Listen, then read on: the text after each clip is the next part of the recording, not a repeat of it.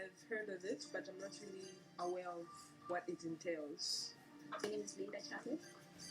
No, I'm not quite familiar with that. My name's Christopher Nenguke. Constitutional amendment, I think I'm aware. And in this one or two, three things. When we can become more, but when I think about it, change. Yeah. My name is Trinity Mwanza. Yes, I have heard of Bill 7, but I haven't really paid attention to it. My name is Paul Katema. Yeah, I'm aware about Bill 7. My name is Afamon Lovu. I've heard about the amendment of Bill number 7. And what my take about Bill 7, I can say, at this moment, we as citizens, we can think it's just a political move. Well, it's a thing, it's something that the president wants to implement for improving the number of youths in parliament, number of women, people with disability. On my part, I can say it's good, but again, the position or the point where this Bill 7 has come in, it's not the right position. So I could say that the government should pause this Bill 7 and propose it again after the elections. Because as we can see, next year is an election year. And then people will see that, okay, it's just a political move where they want to gain numbers. Well, that's not the agenda. From the information that I've gotten, the issue of, not really having by-elections when an MP dies or resigns, that one I feel it is a good one in that it will save money because we waste a lot of money on by-elections and other things. I've heard that so many bad reviews. That's not good. They don't think they should amend anything. As a young person, I'm in support, like me myself, my opinion, I'm in support of Bill 7 because having looked at Bill 7, there are a lot of changes that are so important. Like when you look at the world, or when you look at Zambia, each region where people live or stay, it's dynamic. It keeps on changing. So looking at one aspect in Bill 7, which is the limitation of the constituencies, that's very important. Because now, look at we youths who are enjoying the funds coming from CDF.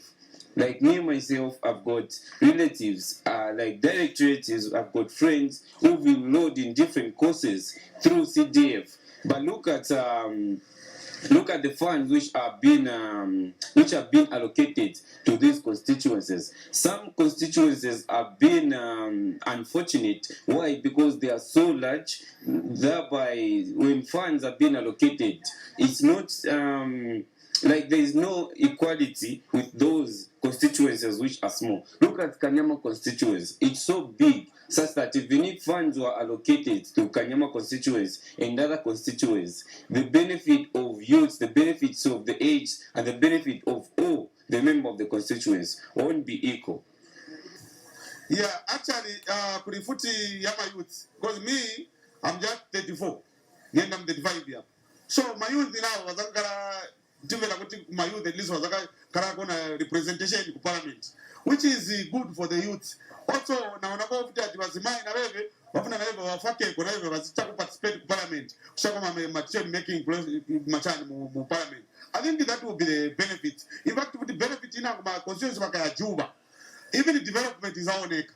What Juba can be a tap, but in Masukuru 15, meaning they are able to construct more schools, more constituency more. Because 40 million next year, constituency of Juba. I think it will benefit a lot of people. My grantee, now constituency development funds. I think those are benefits direct here from Mutwarians. Sure.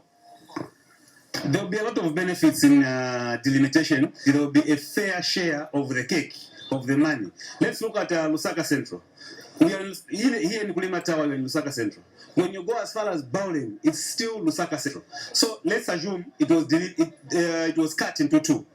From, let's say, Long Acres up to Bowling, another constituency. From Long Acres up to here, another constituency. Meaning, the privileges which are there, which were in one constituency, will be divided into two. So I think it's a good thing because even a lot of people will be employed.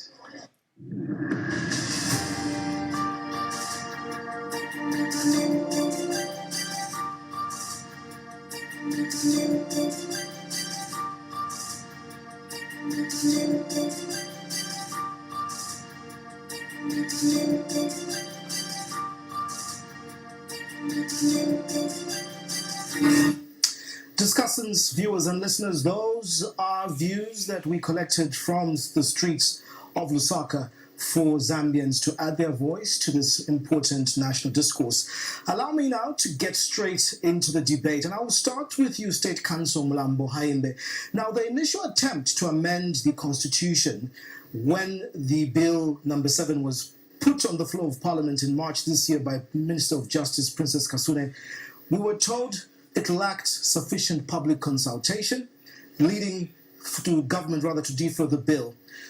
Part of the question, was this an oversight on the government's part regarding the correct process for constitutional amendment? Later on, a technical committee, as we all know, was later appointed by the president and given a very short time, according to others, to collect this submission. They've gathered just under 12,000 submissions across the country. Again, does the government consider this a genuinely people-driven process given this limited time? And finally, I think the bone of contention on the issue of process, the Celestine Mukandila and Munia Zulu versus the Attorney General case, it declared the process leading to Bill 7, in other words, unconstitutional. Many lawyers say the ruling used the words, and I quote, against the spirit of the Constitution. Tell us this evening, in your first opening remarks in 3 minutes, as State Counsel, is this process with the new technical committee a validated and legal process, or is it flawed? And what does it mean when the court says against the spirit of the Constitution? State Counsel Haimbe. Thank you very much, Costa. And let me begin by thanking State Counsel Sakwiwa Skota for bringing up the challenge. Of course, it was initially to President Hakainde Hichilema. I issued a counter challenge, and State Counsel has been magnanimous enough to be here this evening. I think that's a sign of our democracy maturing step by step, day by day.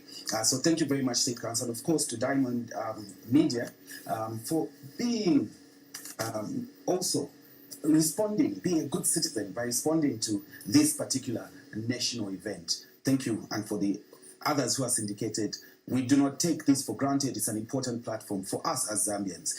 In your request for my opening remarks, I think you were pretty specific. I would like to instead give a historical context to start in my 3 minutes. Bill 10, Bill 7, beg pardon. We were dealing with a earlier bill some time back, and I'm sure we'll discuss it in the context of this particular bill as well. Bill 7 and constitutional reform review that is being undertaken under the New Dawn administration has got a historical context to it. And I'll be very brief about it. It's important for the people out there to understand what this context is. There is a suggestion in these conversations that we're having now that the process is rushed, that somewhat the government is now moving to make these amendments at the very last minute. To the contrary, we began this process at the time that I was actually serving as Minister of Justice, way back in 2021. The initial thought process was to have a holistic review of the Constitution, really what is referred to as constitutional reform in the strict sense of it. But as the time went along, it was quickly realized for many reasons, amongst them the fiscal situation in the country, the fact that we had and continue to have challenges for quite a bit in terms of availability of funds to run this process. By the way, a holistic constitutional review process requires, if it is to be complete, the conduct of a referendum in relation to Part 3 of the Constitution, the Bill of Rights. And so just before I switched portfolios, we again engaged the public and made it clear that looking at the situation, looking at these parameters, our views were that as government, as the executive, were that perhaps let us begin with the non-contentious issues, take a phased approach to the constitutional amendment and subsequently reform process. So you'll note here, dear viewers and Costa, that I have mentioned two things: amendment and subsequent review process for the entire constitution. We said, suggested to the public that as the executive, we can see clear low-hanging fruit in the sense of non-contentious provisions, which will help us, for the lack of a better term and to use somewhat layman expressions, to clean up the Constitution. Matters which are of immediate necessity in order to see that we are able to have a more inclusive democratic process, electoral process. This is what has led to where we are. Whether or not the bill is illegal is something that we'll be discussing shortly. I can certainly say in my opening remarks that that is a complete and total misconception, a misnomer, a deliberate effort on the part of those that do not support the bill and the efforts of government to make it appear that the process is non-inclusive. And I'll be clear in my explanation. We've got all the documentation here. We'll have a wonderful night so that our people, as you could see in the video, some did not even understand what the process is. I hope that by the end of this evening, we'll have a clear picture, an honest picture of what is going on in terms of Zambia's constitutional review process currently underway. Thank you. Thank you so much, State Council Haimbe. I'm sure that you've got a few seconds left, but 6 seconds. I'll cede them. We'll allow and go straight to State Council Sakwiba Skota. Good evening once again, and thank you for joining us. The issue really is about the legality of this. Any response, and do you have any specific concerns with the process that government has used to pursue these amendments or reforms, as he calls them? Again, to you, we'd like an interpretation. The Celestine Mukandila Zulu versus Attorney General case, did it consider the process of Bill 7 flawed when it said against the spirit of the Constitution? Is the technical committee and the whole process void ab initio? State Council? Thank you very, very much. And I'd like to state that us as WOZA are happy that President Hakainde, that you accepted the challenge, even though you found a bit of restraint in coming yourself. You accepted the challenge and sent somebody to represent you. So I take it that what we're saying is directly to you, because that was the whole purpose of the challenge. You being the head of the nation, it's important that this matter is addressed by you. It's important that you recognize that it is a very important matter. It is part of governance. You cannot say that you've got other things to look at when the issue of the Constitution is on the table. It should be paramount by any standard. I think the Constitution, Mr. President, should be looked at as being paramount, because if you look at our country, there's three main things that you have to look at: the flag, the national anthem, and the Constitution. With all three, the people of Zambia must feel to be a part of it.